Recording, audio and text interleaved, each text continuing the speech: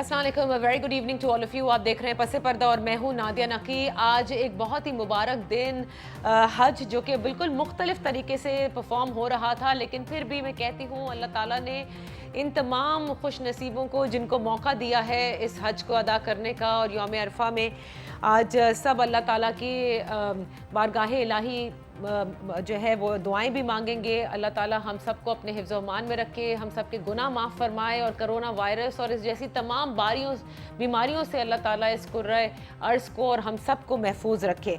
आज जब हम ये जिक्र कर रहे हैं तो हमें नहीं भूलना चाहिए अपने मकबूजा कश्मीर जो हमारे बहन भाई हैं, जिनकी अगर आपको याद हो तो 5 अगस्त 2019 से लेके अब तक मतलब तकरीबन 1 साल होने को आ रहा है और भारतीय बर्बरियत और जिस तरह से भारत उनके ऊपर काबिज हुआ है, जिस तरह से इतना लंबा लॉकडाउन उनके लिए जारी है, जिस तरह से वो अपने घरों में मैसूर हैं, हमें उनके लिए भी खुसूसी दुआएं मांगनी चाहिए और उनको इस ईद उल अज़हा भी नहीं हमें भूलना है, क्योंकि आपको इल्म होगा कि भारत ने और मोदी सरकार ने अपनी फाशिज्म की एक और तारीख वो रकम करेंगे और जिस तरह वो हमेशा करते आए हैं कि उन्होंने कहा है कि ईद उल अज़हा पर किसी को भी नमाज की अदायगी की इजाज़त नहीं दी जाएगी।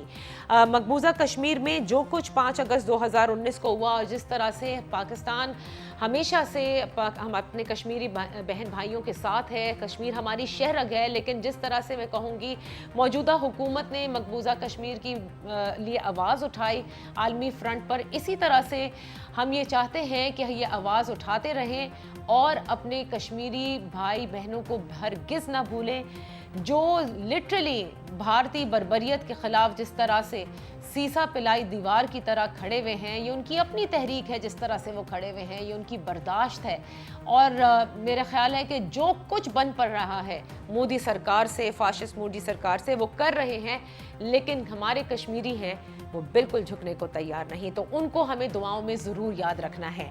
और अब ज़रा अपनी डोमेस्टिक पॉलिटिक्स का अगर मैं जिक्र करूं, बहुत कुछ होता है पूरे हफ्ते। जो जुमेरात के इस प्रोग्राम में, इस नशिस्त में अपने सीनियर तज्ज़िया निगारों से हम इस पर एक तो ज़ाहिर तज्ज़िया भी करवाते हैं, कुछ बहुत अहम ख़बरें उनके पास होती हैं और वो उस पर भी रोशनी डाल रहे होते हैं। मेरे ख्याल से जो सबसे ज़्यादा इंटरेस्टिंग रहा, जब एक दिन के अंदर हमने देखा कि 2 इस्तीफ़े आए, एक डॉक्टर ज़फ़र मिर्ज़ा का गुज़िश्ता रोज़ आया, एक तानिया इदरीस साहिबा का आया। दोनों गो कि डॉक्टर ज़फ़र मिर्ज़ा डिटेल्स में नहीं गए कि वो क्यों रिज़ाइन कर रहे हैं, अलबत्ता उन्होंने ये ज़रूर बताया कि किस तरह से इमरान खान साहब WHO से उनको लेकर आए थे और वो अपनी कंट्री को सर्व करने के लिए आए थे। लेकिन तानिया इदरीस साहिबा ने कहा कि जिस तरह से आजकल मावने खुसूसी के हवाले से, दोहरी शरीयत के हवाले से उनके ट्रायल्स हो रहे हैं, इस तरह से सही नहीं लगता कि वो क्या कहते हैं कंटिन्यू करें। एक तो ये रहा, इस पर हम अपने मोहतरम मेहमानों से बात करेंगे। दूसरी तरफ जो पार्लियामेंट ने आज की बिल्स जो हैं वो पास किए हैं ताकि पाकिस्तान जो है वो फैटिफ की ग्रे लिस्ट से जो है वो बाहर निकल सके। और इसके बाद आज बिलावल भुट्टो जरदारी साहब की प्रेस कॉन्फ्रेंस भी आपके सामने है। शाहिद खाकान अब्बासी एक 3rd बिल का भी जिक्र कर रहे थे, जो वो कहते हैं कि वो तो उन्होंने छुपा लिया, अगर वो ले आए तो पता नहीं क्या होगा। बहरहाल ये सब अपनी जगह। और नैब के हवाले से भी आज बिलावल भुट्टो ने कहा दोबारा से कि नैब और मईशत साथ नहीं चल सकते हैं। मौलाना फजलुर रहमान इन बिल के पास होने के बाद अपोजिशन से कुछ ज़्यादा खुश नज़र नहीं आते। आपको ये भी इल्म है कि शहबाज शरीफ और बिलावल भुट्टो जरदारी साहब की मुलाकात भी हुई है, जिसमें मौलाना साहब का बहुत बड़ा हाथ है। इन्हीं तमाम उमूर पर बात करने के लिए अपने मोहतरम मेहमानों का मैं तारुफ कराती चलूँ। और एक सबसे बड़ी इंपॉर्टेंट चीज़ कि इमरान खान साहब ने कराची के जो ये सारी बारिश की तबाहकारियाँ हुई हैं, इससे निमटने के लिए NDMA के चेयरमैन को गुज़िश्ता रोज़ ये हिदायत दी कि वो फौरी तौर पर कराची जाएँ, कराची के मामलात फौरी तौर पर ठीक करें। और आज वो कराची तशरीफ़ ला चुके हैं। ज़ैगम खान साहब सब जानते हैं, इस्लामाबाद से हमारे साथ हमेशा शरीके गुफ्तगू होते हैं, हमारे सीनियर तज्ज़ियाकार हैं। Thank you so much for joining us. Brigadier retired Farooq Hameed साहब जो है वो रोशनी डालेंगे बहुत सारी ऐसे मामलात पर जहां पर हम ये बहुत बाज़ हल्के इल्ज़ाम आयद करते हैं कि ये जो कुछ भी हो रहा है ये मुक़्तदिर हल्कों की तरफ से किया जा रहा है, और बहुत सारी चीज़ों की क्लैरिटी और बहुत सारी खबरें भी लेकर आते हैं। आपका भी बेहद शुक्रिया ब्रिगेडियर साहब। हज आप सब लोगों को बहुत मुबारक हो। सलमान आबिद साहब हमारे सीनियर तज्ज़िया निगार जो हमें लाहौर स्टूडियो में ज्वाइन कर रहे हैं, सलमान साहब आपका भी बेहद शुक्रिया। मैं गुफ्तगू का आगाज़ ज़ैगम आपसे करूँगी। फरमाइएगा जो कुछ मुआवने खुसूसी के साथ हुआ, ज़फ़र मिर्ज़ा के साथ हों, तानिया इदरीस के साथ हों, उसके बाद दो चीज़ें हमने देखी, दो किस्म के लोग सामने आए, दो हल्के बल्कि पाकिस्तान के तज्ज़िया निगारों में, इवन सहाफ़ी बरादरी में। एक वो जो तारीफ़ करते आए कि वेरी गुड, इमरान खान साहब चाहे किसी को खुद पिक करके आएँ, लेकर आएँ, या उनके राइट हैंड बैठने वाले लोग पिक करके किसी को लेकर आएँ, लेकिन जहाँ ज़रा सी भी लगे कि मिसकॉन्डक्ट है, I am not even saying corruption right now, वहाँ खान साहब जो हैं वो अपनी ही टीम के लोगों को निकाल देंगे। एक ग्रुप ये कहता है कि इससे अच्छी बात हो नहीं सकती, and this is what A transparent prime minister is all about.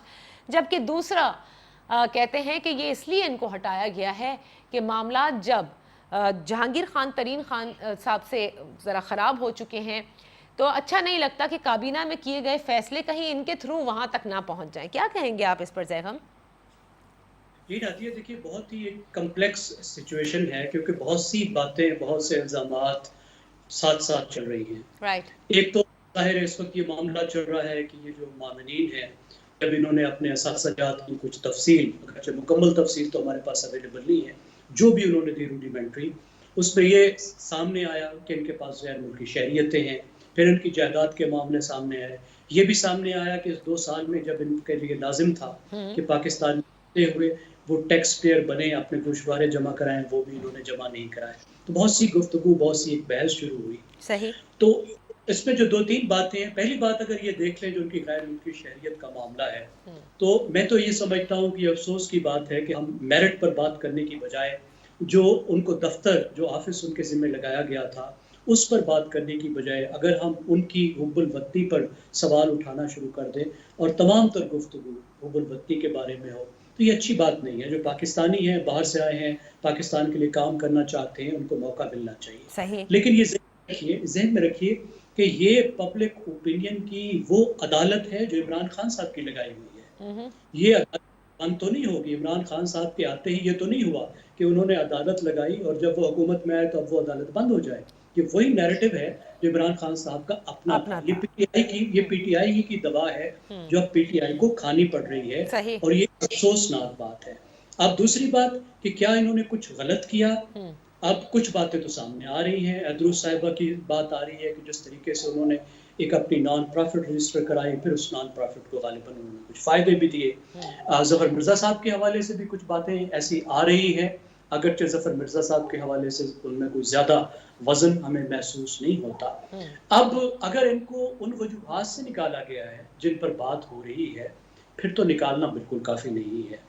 और इस मामले को आगे ले जाना चाहिए। लेकिन अगर आप हुकूमत के रिकॉर्ड को देखें तो पीटीआई की हुकूमत ने ऐसा कभी नहीं किया। एक बहुत बड़ा स्कैंडल पिछले वज़ीर सेहत साहब के बारे में आया था। बिल्कुल आप आपको सही कह रहे हैं। सो यू जब हाँ, अच्छा। दवाइयों की कीमतें कई गुना बढ़ गई थी, हाँ, तो उनको क्या किया गया था? क्या तहकीक हुई? वो किस नतीजे पर पहुँची?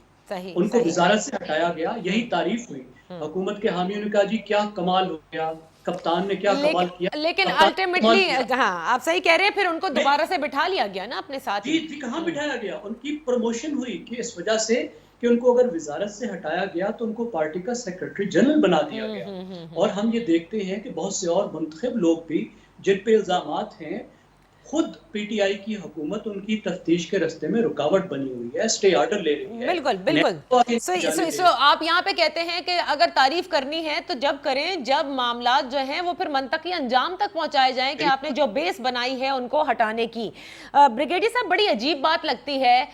ठीक है, आप कहते हैं कि वज़ीर आज़म means business, means accountability, but देखिए ना ये किस किस्म की अकाउंटेबिलिटी है।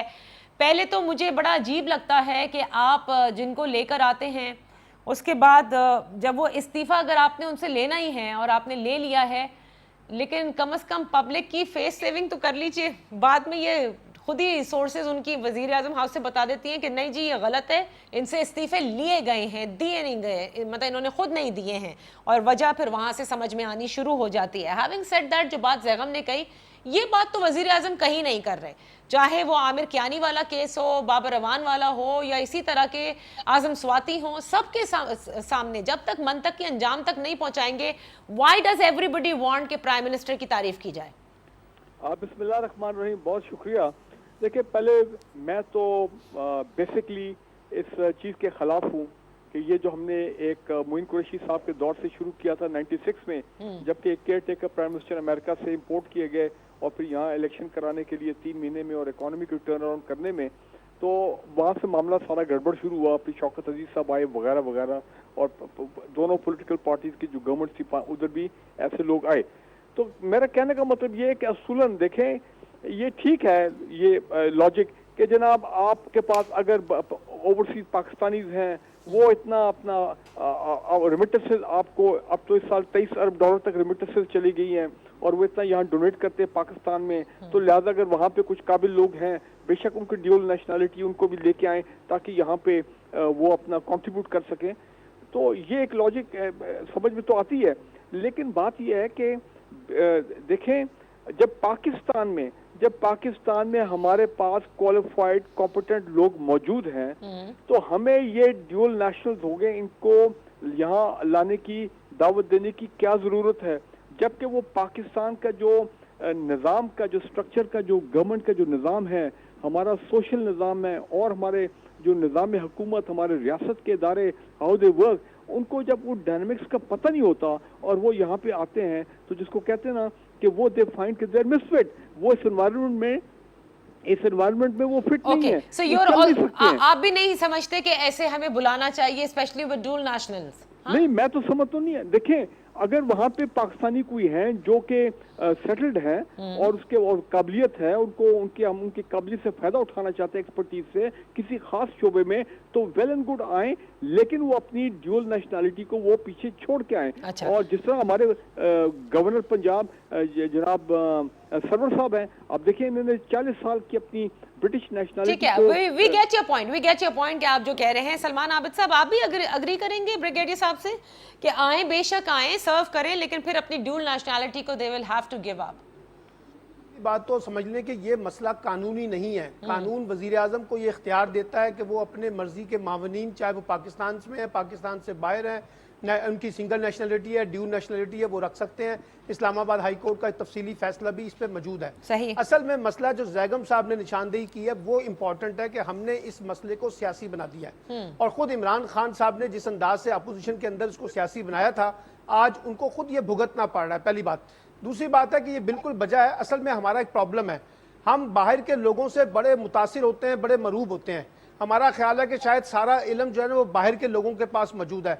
पाकिस्तान जो है वो कोई भांज मुल्क नहीं है, पाकिस्तान के अंदर भी बड़ा टैलेंट है और मुख्तलिफ शोबाजात के अंदर बड़े बड़े टैलेंटेड लोग मौजूद हैं जिनसे हम इस्तेफादा ले सकते हैं। लेकिन हमारा मसला यह है कि हम बड़ी डिग्रियों से, अंग्रेजी बोलने वालों से, बड़े बड़े आलमी मालियाती इदारों में काम करने वालों से ज्यादा मुतासिर होते हैं। इसलिए हम समझते हैं कि शायद इनका आना जो है वो हमारी हुकूमत की क्रेडिबिलिटी को और उसकी साख को बिल्ड करेगा। हालांकि ऐसा होता नहीं है, क्योंकि जैसे पहले सब दोस्तों ने कहा कि जो ग्राउंड रियलिटीज है वो बड़ी डिफरेंट होती हैं। वो बाहर बैठ के पाकिस्तान का पर्सपेक्टिव एक तरीके से देखते हैं, जो अंदर बैठा हुआ बंदा है वो उसका पर्सपेक्टिव डिफरेंट तरीके से देखता है। अलबत्ता बात यह है कि मुझे इस पर कोई इतराज नहीं है, जो ड्यूल नेशनलिटी अगर आता है वो आए, पाकिस्तान में सर्व करे, लेकिन मसला यह है कि उसका सिस्टम जो है वो फिर ट्रांसपेरेंट हो।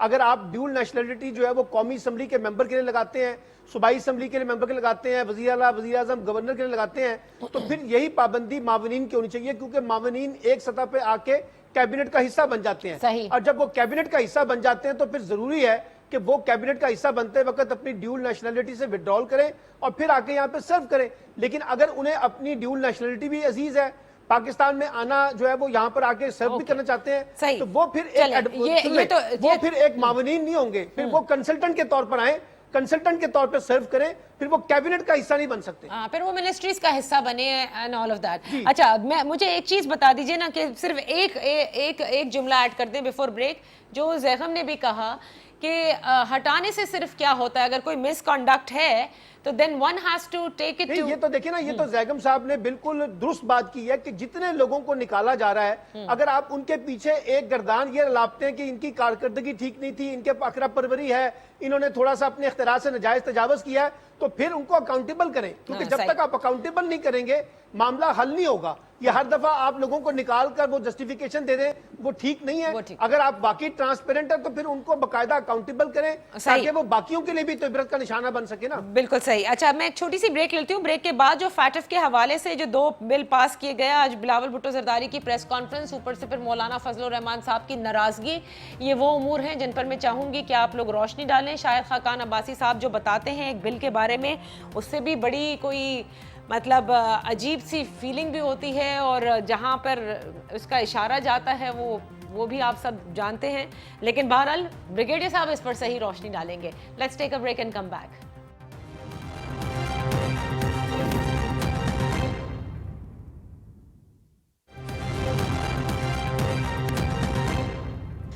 Welcome back. हमारे साथ हैं ब्रिगेडियर फारूक हमीद साहब, हमारे साथ हैं जैगम खान साहब, और हमारे साथ हैं सलमान आबिद साहब। बात हो रही है जो सियासी उमूर इस वक्त चल रहे हैं मुल्की, इन पर रोशनी डलवा रहे हैं। मामले खुसूसी के हवाले से जैगम आपने बिल्कुल सही कहा, लेकिन मेरे दोनों मोहतरम मेहमान ये समझते हैं कि नेशनैलिटी को गिव अवे करके आप बेशक आएँ, क्योंकि फिर कहीं ना कहीं आप फिर काबीना का हिस्सा बन जाते हैं, और अगर आप ना बने तो फिर you can always serve in ministry. Having said that, let's come to what's happening with these bills. आपको इल्म होगा गुज़िश्ता रोज भी शायद खाकान अब्बासी साहब ने एक इंटरव्यू में ये कहा कि हमारे सामने जब कमेटी में बिल रखे गए तो तीसरा बिल ऐसा था कि जिसको पढ़कर आप परेशान हो जाते हैं और आपके रोंगटे खड़े हो जाते हैं कि किसी शख्स को भी anybody can be picked up for 180 days, और वो ये सब बयान कर रहे थे।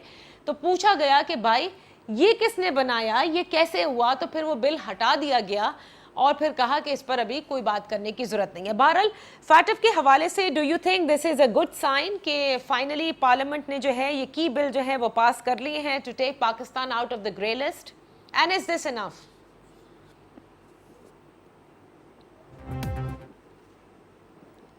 हाई जरूरी थी। अगर लाइफ एंड डेथ का क्वेश्चन नहीं था तो फिर भी हमारी इकोनॉमिक स्टेबिलिटी और हमारी सिक्योरिटी के लिए तो बहुत ज़रूरी थे।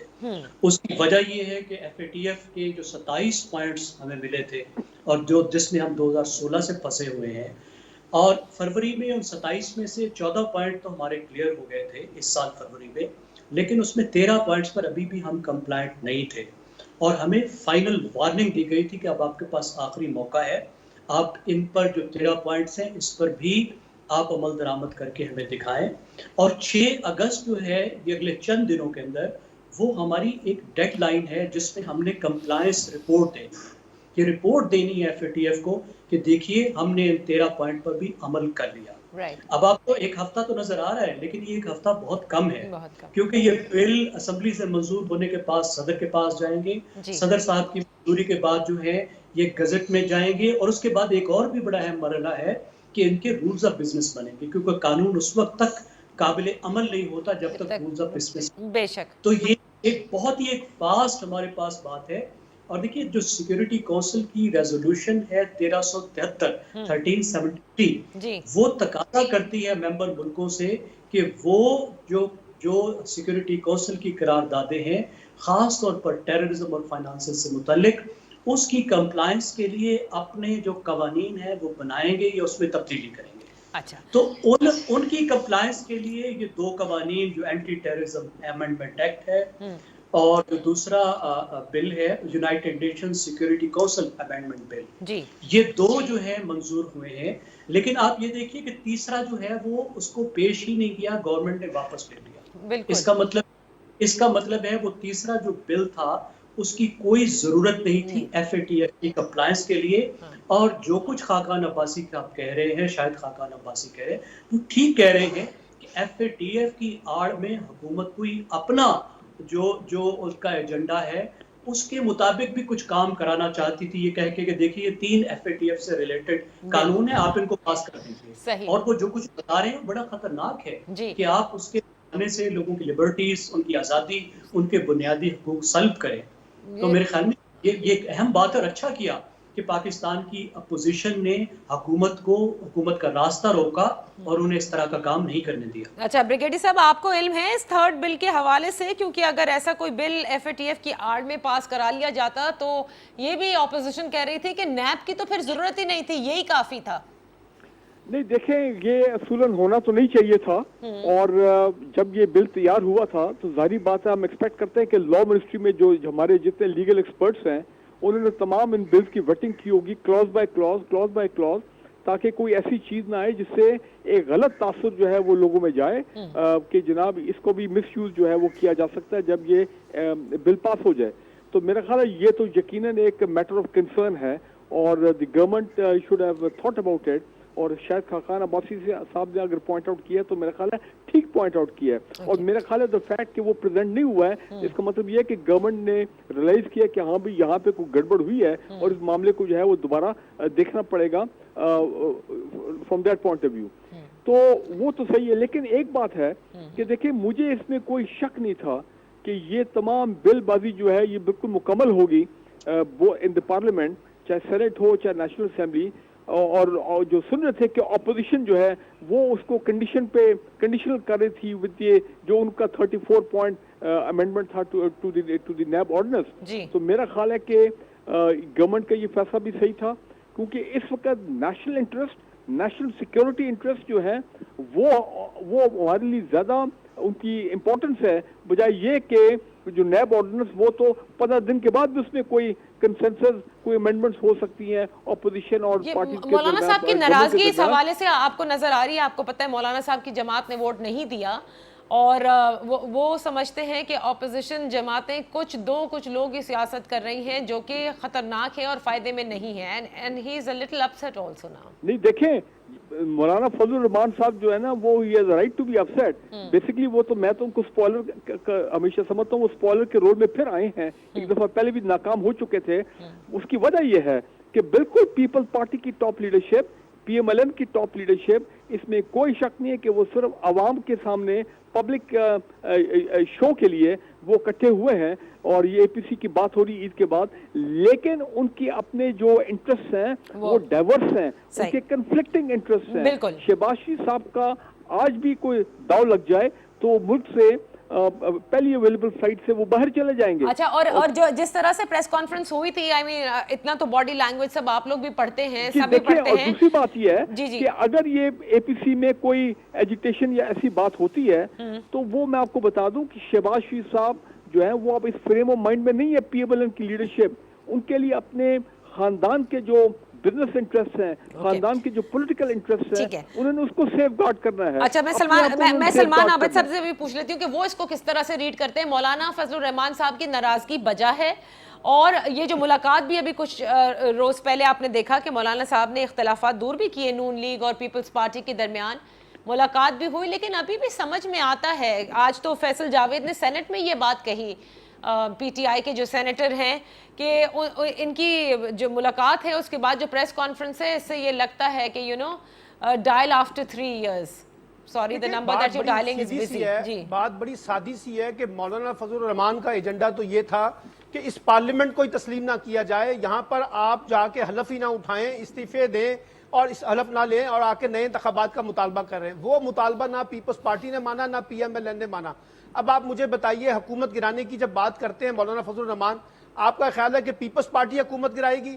अगर पीपल्स पार्टी वफाक की हुकूमत गिराएगी तो क्या उसकी सिंध हुकूमत बच जाएगी? क्या शहबाज शरीफ जो एस्टेब्लिशमेंट के साथ पसे पर्दा राब्तों में मौजूद हैं, क्या वो हुकूमत गिराने के लिए बैठे हुए हैं? देखिए, ये सारे के सारों के अपने जाती मफादात हैं, यहाँ कोई कौमी मफादात की सियासत नहीं हो रही, सब जोड़ तोड़ के अंदर लगे हुए हैं। मैं आपसे पूछता हूं, हम मरियम की खामोशी पे तो बहुत बात करते हैं, नवाज शरीफ साहब की खामोशी पे तो बहुत बात करते हैं, ये आसिफ जरदारी साहब किस चक्कर में खामोश बैठे हुए हैं? वो क्यों नहीं बोलते जरा इस वक्त मुझे निकल के एस्टैब्लिशमेंट के कॉन्टेक्स्ट में?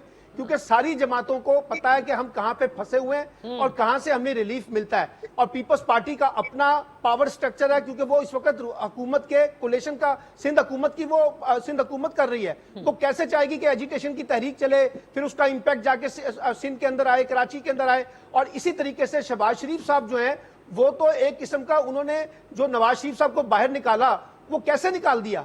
वो किसी मामला, कोई अफामो तफीम तो कहीं ना कहीं तय हुई है ना, किसी मकसद के तहत ही वो चुप का रोजा रखे हुए हैं, बाहर गए हुए हैं। इसलिए मैं ये समझता हूं कि इस वक्त कोई तहरीक नहीं चलेगी। अच्छा। ये सिर्फ एक मीडिया स्टंट है। और मौलाना फजलुर रहमान आप देखिएगा कुछ अरसे के बाद दोबारा पीपल्स पार्टी से भी नाराज होंगे, पीएमएलएन से भी नाराज होंगे, फिर उनका अगला कार्ड यह कि वो मजहबी जमातों को इकट्ठा करें। अच्छा, तो अगले 3 साल बहुत सुकून में गुजरेंगे। ये ऑपोजिशन सिर्फ जो करेगी वो टेलीविजन और अपनी प्रेस कॉन्फ्रेंस की हद तक करती नजर आएगी। हुकूमत को खतरा सिर्फ अपनी हुकूमत से ही है, अपने परफॉर्मेंस से है, अपनी माशी कारकर्दगी से है।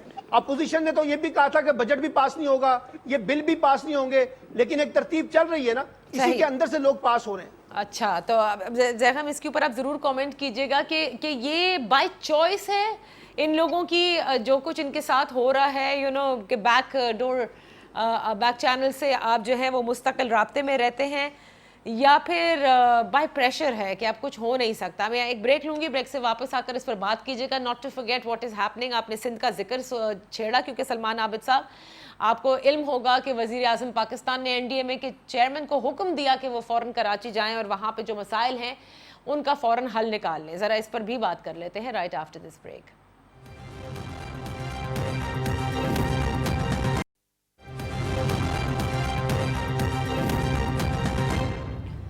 Welcome back. Brigadier retired Farooq Hameed साहब, जैगम खान और सलमान आबिद साहब हमारे साथ इस वक्त तशरीफ़ फरमा हैं। जो सियासी सूरत हाल है, जो दिलचस्प डेवलपमेंट्स हैं, जिन पर बड़ा शोर हुआ, उन पर आज हम बात कर रहे हैं।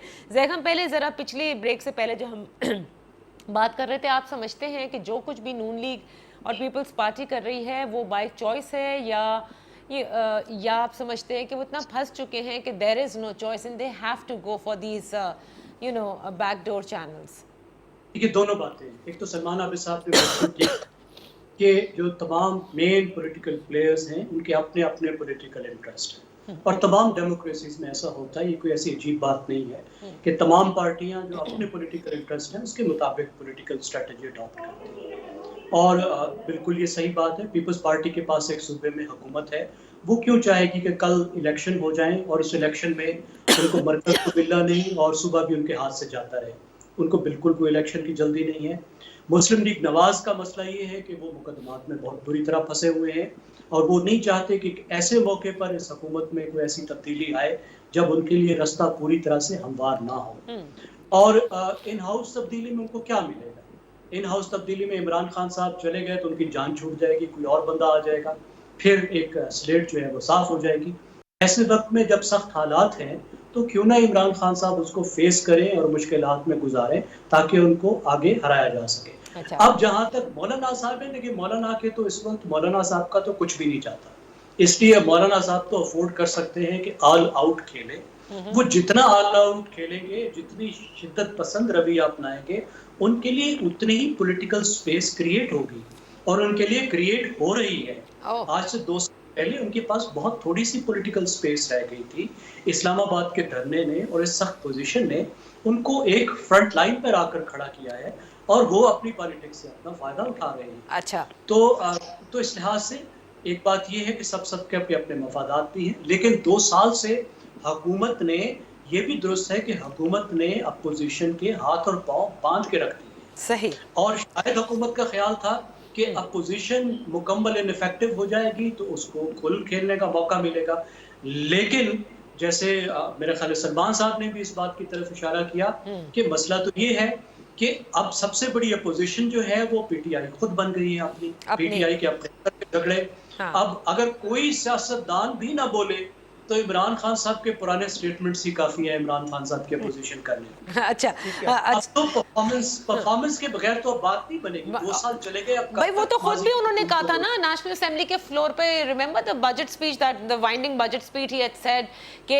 हमें हर हाल में रिफॉर्म्स करने होंगे। अब वक्त जो है वो यू नो 2 साल हमारे गुजर चुके हैं और इसके अलावा और कुछ नहीं हो सकता, which we I am sure he also understands कि परफॉर्मेंस के बगैर बहुत मुश्किल है। एक बजट पास कराना भी काफ़ी उनके लिए मुश्किल काम था, उन्हें काफ़ी मुतहरक होना पड़ा था, हर एक से उनकी मुलाकातें भी हुई थी। हैविंग सेड दैट, ज़रा ये बात कैसी लगती है आपको? जैगा, मैं आपके पास वापस आऊँगी ब्रिगेडियर साहब, कि कराची में बारिश होती है, सब कुछ हो जाता है, और कल इमरान खान साहब ये कहते हैं कि एनडीएमए के चेयरमैन को हुक्म देते हैं कि वो कराची तशरीफ ले जाएं और वहां जाकर ये तमाम तर जो मामलात हैं इनको ठीक कर दें। किस तरह देख रहे हैं आप इसे? देखिए, मैं अभी एनडीएमए का थोड़ी देर पहले उनका वो जो मैंडेट है वो सारा मैं पढ़ रहा था जी। तो आप कह सकते हैं कि वेल इन अ वे उनके मैंडेट में इस तरह आता है क्योंकि ये एक नेचुरल कॉम्बिनेशन नेचुरल डिजास्टर का, इन द सेंस के बहुत टॉरेंशियल रेन्स हुई और मैन मेड डिजास्टर, क्योंकि वहाँ लोगों ने इतनी इंक्रोचमेंट की over the last so many years, और वो इंक्रोचमेंट अभी भी कायम है, और जो नाले जो है वो क्लॉग थे, चोक थे, जिसकी वजह से ये सारा मामला हुआ।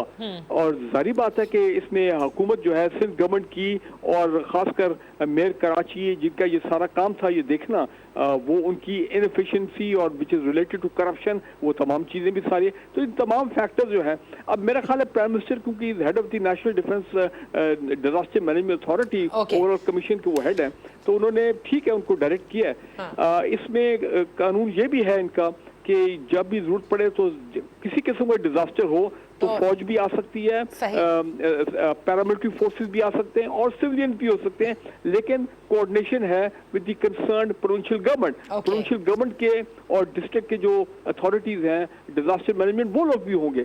तो मेरा ख्याल है कि ये जो चेयरमैन एनडीएमए आ रहे हैं इनके पास मेरा ख्याल फंड्स की भी कोई इशू नहीं है, इनको अब ये in coordination with the Sindh government और ऑफ कोर्स मेयर कराची और उनके अंदर कमांड जो अदारे हैं, अब इनको मिलके इनको यहाँ पे, और मेरे ख्याल FW जैसे अदारे जो हैं वो भी फिर अब आएंगे। और मुझे ये लग रहा है कि अब ये कोई एक टेम्पररी बेसिस पे काम नहीं होगा कि 2 हफ्ते कुछ वहाँ पे काम किया जिस तरह पहले कराया था इन्होंने। ये अली जैदी साहब ने भी अपना कोई एफर्ट किया था। सिर्फ ये नाले की सफाई तक नहीं होगा बल्कि एक पूरा एफर्ट होगा ताकि इसका परमानेंट हल निकाला जाए। और मेरा ख्याल है कि ठीक है अब अगर प्राइम मिनिस्टर पाकिस्तान की ये फैसला है तो इसको होने दे, लेकिन मैं ये कहूंगा कि सुप्रीम कोर्ट ऑफ पाकिस्तान जिसने ऑलरेडी कराची के सिविक इंफ्रास्ट्रक्चर में और ये तमाम मामला पानी के वगैरह सफाई के उसने उनके बड़ा नोटिस लिया हुआ है, मैं अभी तक हैरान हूं कि ऑनरेबल सुप्रीम कोर्ट अभी तक मैदान में नहीं आए। उनके पास वो केसेस चल रहे हैं, अभी तक हियरिंग्स चल रही है। बिल्कुल बात है कि आर्टिकल 140 के तहत गवर्नमेंट चली गई है अपना सुप्रीम कोर्ट में कि आर्टिकल 140 जो लोकल गवर्नमेंट रिलेटेड एक्शंस हैं कि जनाब उसको इंप्लीमेंट किया जाए कराची में। अच्छा चले, पीटीआई के दोस्तों ने यहाँ पर एक नया बिल जो है वो भी प्रपोज कर दिया है, सेक्रेटरी लोकल गवर्नमेंट को जमा भी करा दिया है। I have gone through the bill, उसमें बहुत सारी चीजें बड़ी अच्छी भी हैं, सो उस पर भी हम बात कर लेंगे। लेकिन सलमान आबिद साहब, एनडीएमए की चेयरमैन ने आपने देखा जिस तरह से कोरोना के हवाले से भी काम हो रहा है, तो आपको लगता है कि ये सही है, अब एटलीस्ट कुछ तो सुख का सांस ले सकेंगे कराची के शहरी? देखें जैगम साहब भी और ब्रिगेडियर फारूक हमीद भी मेरी तायद करेंगे इस बात पे कि मैं तो हमेशा से इस बात को बोलता रहा हूँ और लिखता रहा हूँ कि कराची, लाहौर, पिंडी, पेशावर, कोयटा जो बड़े शहर के जो मॉडल्स है ना, उसको इस रवायती अंदाज से हुकूमत करने का जो स्टाइल हमने अपनाया हुआ वो चलने वाला नहीं है। आप जितनी मर्जी कोशिश कर लें, दुनिया ने अभी 18वीं तरमीम की हम बातें तो बहुत करते हैं, हमारे सियासतदानों के पेट में मरोड़ भी बहुत उठते हैं, लेकिन जब उसी 18वीं तरमीम के तहत सूबाई हुकूमतों को डिस्ट्रिक्ट गवर्नमेंट को इख्तियार देने हो सियासी, इंतजामी और माली, तो वो उसके लिए तैयार नहीं है। आपने लोकल गवर्नमेंट के सिस्टम्स को मफलूज कर दिया है और ये जो मेगा सिटीज होते हैं इसके लिए एक रवायती सिस्टम नहीं होगा और सारे डिस्ट्रिक्ट की तरह का सिस्टम नहीं चलेगा। यहाँ आपको एक्स्ट्रा ऑर्डिनरी सिस्टम लाना पड़ता है क्योंकि एक बड़ी पॉपुलेशन होती है, बड़ा शहर होता है, यहाँ इकोनॉमिक जोन्स होते हैं। इसलिए मैं ये समझ रहा हूं कि अब कराची और लाहौर जैसे बड़े शहरों के लिए हमें खास तौर पर ये गुफ्तगू इनिशिएट करनी चाहिए कि ये रवायती गवर्नेंस के तरीकों से ठीक होने वाला नहीं है। यहाँ लाहौर में बैठ के पंजाब की हुकूमत भी लाहौर की सिटी गवर्नमेंट को मफलूज करती है। सर, किससे सही होगा फिर? सलमान आबिद साहब समझते हैं इसका तरीकाकार ये है कि आप मेगा सिटीज के अंदर लोकल गवर्नमेंट को इंडिपेंडेंट करें, खुद मुख्तार करें आर्टिकल 140A के तहत, और ये उनके तहत चलाएं। ये प्रोविंशियल गवर्नमेंट जिस अंदाज से इसके अंदर मुदाखलत करती हैं और उनको सलब कर लेती हैं, उनको मफलूज बना देती हैं, इससे ये गवर्नेंस के मामले बड़े शहरों के कम से कम हल होने वाले नहीं है। तो फेडरल के अंडर डायरेक्टली फेडरल के अंडर हो ये लोकल गवर्नमेंट्स तो सही परफॉर्म करेंगी। मैं कह रहा हूं फेडरल गवर्नमेंट उसके ऊपर आएगी। उसकी वजह ये है कि जब आप इसे कहती हैं ये प्रोविंशियल सब्जेक्ट है तो फिर खराबी हो जाती है ना। लास्ट नहीं कर रहा। अच्छा ठीक है, ज़ैगम लास्ट 1.5 मिनट है, पहले जरा ज़ैगम इसके ऊपर रोशनी डाल दीजिए। Do you also believe what Salman साहब हैज सेड एंड ब्रिगेडियर साहब हैज सेड? सलमान साहब से मैं लार्जली अग्री करता हूँ। ये बिल्कुल ठीक है कि जो बड़े शहर होते हैं, जो मेगा सिटीज होते हैं, जो मेट्रोपोलिस होते हैं, वो अपने आप को खुद गवर्न करते हैं। और वहाँ की न्यूयॉर्क को आप ले लीजिए, उनकी पुलिस भी अलग है, NYPD अमेरिका की। बिल्कुल सही बात है। लेकिन जो दूसरी बात आपने की, जहाँ पर आप डिसेंट्रलाइज करेंगे वहाँ पे सेंट्रलाइजेशन हल नहीं है। और एनडीएमए के पास बिल्कुल इस तरह का कोई कैपेसिटी नहीं है, सलाहियत नहीं है कि वो जाकर म्यूनिसिपैलिटी के लेवल के शहर के मसाइल को हल करें। उनका काम डिजास्टर रिस्क मैनेजमेंट है। अगर इस वक्त वहां पे पानी फैला हुआ है, लोग बीमार हैं, लाशें उठानी है, अल्लाह उनको माफ करे। सेहत की सहूलतें फौरी तौर पर देनी है, अल्लाह माफ करे, लेकिन जैसे मसले में हुआ, जैसे कुछ है तो उसमें तो वो हेल्प ले सकते हैं। बिल्कुल सही आप बाकी कह है कि रहे हैं। आपने अगर नवाज शरीफ की तरह बल सफाई पे फौज को लगा लिया तो नवाज शरीफ साहब की भी अपनी बल सफाई हो गई थी और आपकी भी हो जाएगी। जिसका काम है आप उसी को करने दीजिए। जैकब ने अच्छा। बिल्कुल ठीक कहा है। वैसे नादिया देखिए साहबा, आप जो लोकल गवर्नमेंट है वो तो आपकी अलाइड है ना, बिल्कुल सही कह तो रहे हैं। उस पार्टी के, तो आप उसको पैसे क्यों नहीं देते? कहाँ है वो 160 अरब रुपए जो आपने कराची से वादा किया था? बिल्कुल सही कह रहे हैं, बिल्कुल सही कह रहे हैं। करते हैं, कराची ने वोट तो पीपल्स पार्टी को नहीं दिया, हाँ। फेडरल गवर्नमेंट को दिया है, तो वो सही। क्यों नहीं उस लोकल गवर्नमेंट को जो इस वक्त मौजूद है उसके हाथ क्यों नहीं मजबूत करती, उसको सलाहियतें क्यों नहीं करती? वो कहते हैं ना कि put your money, put your purse where your mouth is. तो बड़े बड़े स्टेटमेंट जरूर दें, इससे भी बड़े स्टेटमेंट दें, लेकिन साथ साथ कराची को वसाइल भी दें। ये आपने बड़ी अच्छी बात कही कि एनडीएमए का जो काम है, जो उसका स्ट्रक्चर है, वो खुदा ना खास्ता कोई रिस्क डिजास्टर मैनेजमेंट तो कर सकता है, लेकिन यहाँ बात जो है वो एक सीवरेज के निज़ाम को इफेक्टिव करने की, मौसर बनाने की, नालों की सफाई की, स्टॉर्म वाटर ड्रेन की, नकासी आब की, कुदरती आबी गुजरगाहें जो कि जिन पे इंक्रोचमेंट से उनकी है, उस पर एनडीएमए की क्या परफॉर्मेंस होगी, क्या कुछ वो कर सकते हैं। लेकिन बहरहाल ये तो वक्त बताएगा। मेयर कराची से भी हम इस हवाले से बात करेंगे और इवन पाकिस्तान तहरीक इंसाफ से भी बात होगी कि किस तरह से, किस डायरेक्शन में जाना चाहते हैं। ये नहीं हो सकता कि सूबे की हुकूमत को माइनस कर दिया जाए, और दूसरी बात यह है कि ये बात भी अपनी जगह बिल्कुल ठीक है कि पाकिस्तान तहरीक इंसाफ के जो कौमी असम्बली के मेंबरान हैं, जिनको जो 14 MNAs हैं कराची से, उनके लिए भी ये कहा जा रहा है कि वो अब जो है परफॉर्म करेंगे, वो मदद करेंगे, लेकिन भेजा तो प्राइम मिनिस्टर ने एनडीएमए को है। देखते हैं क्या कुछ काम हो सकता है। इजाज़त दीजिए, इंशाल्लाह फिर आपकी खिदमत में हाजिर होंगे अपने मेहमानों का शुक्रिया अदा करते हुए। हम सब आज अल्लाह ताला की बारगाह में दुआ करें पाकिस्तान के लिए, मुसलमानों के लिए, मकबूजा कश्मीर में मैसूर हमारी जो कश्मीरी भाई बहन हैं, जिनको तकरीबन अब 1 साल 5 अगस्त को हो जाएगा मैसूर हुए हुए, और वो भी क्यों? क्योंकि भारतीय बर्बरियत का वो शिकार हैं। जिस तरह से उन्होंने मकबूजा कश्मीर पे काबिज़ हैं, हम सलाम पेश करते हैं अपनी कश्मीरियों पर भी। ईद की आप सब लोगों को एडवांस और पेश की मुबारकबाद। अपनी एहतियातें जो हैं वो प्लीज़ फॉलो कीजिएगा, मत भूलिएगा कि कोरोना की वबा भी एग्जिस्ट करती है। जितनी एहतियात हम करेंगे उतनी जल्दी हम कोरोना के केसेस को कम करने में, इसके फैलाव को रोकने में कामयाब होंगे इंशाल्लाह। अब हमारी मुलाकात आपसे ईद के तीसरे रोज़ होगी। अपना ख्याल रखिएगा। अल्लाह हाफ़िज़।